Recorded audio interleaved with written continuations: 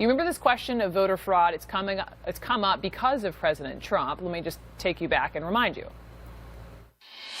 You brought in congressional leaders to the White House. You spoke at length about the presidential election with them, telling them that you lost the popular vote because of millions of illegal votes, 3 to 5 million illegal votes. That was supposed to be a confidential meeting, and you weren't supposed to go out and talk to the press. But 3 to 5 million illegal votes? Well, we're going to find out, but it could very well be that much.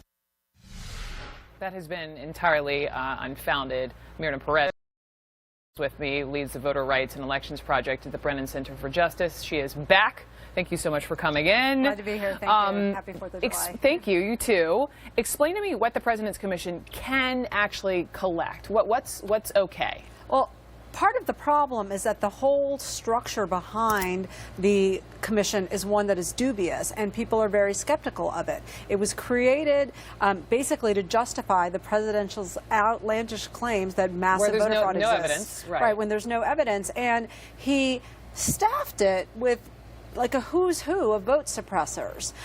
Certainly a commission, a presidential commission, can conduct research, they can conduct hearings, and nobody objects to that kind of research. What people are concerned about is that the requests that were sent to the states last week were vast. They implicated issues of privacy, they implicated issues of state law. But on the issues of privacy, and I can understand the frustration because the premise is unfounded, according to you and other people I've talked to. That said, Mark Lauder says, well, no, we're not asking for anything that's not already out there when we're talking about this information to voters. I'm really if it's public, what's wrong with us asking for that? This is a great thing to clear up for the public. Yeah.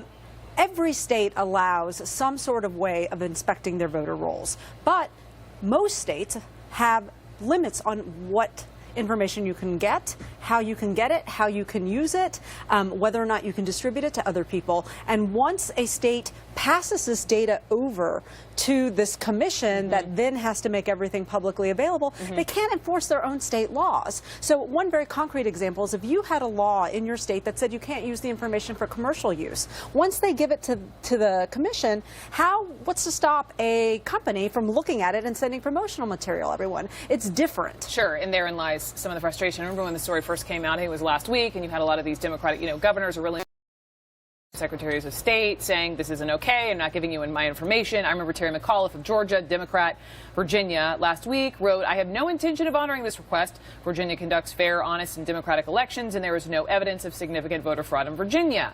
Flash forward a couple of days, more and more states pile on, and now you have Republican secretaries of state saying, no, federal government, don't you meddle in my state processes. So this seems it seems less like a partisan issue and more like a states' rights issue. Well, maybe. I think the commission put the states in a terrible position. One, it caused a bunch of legal problems for them because, again, they can't enforce their own laws about how you maintain certain privacy aspects of the voter rolls, notwithstanding the fact that in some ways they're public. Yeah. Two, it created a political problem for them. Voters do not understand why some politician in Kansas is asking for their Social Security number.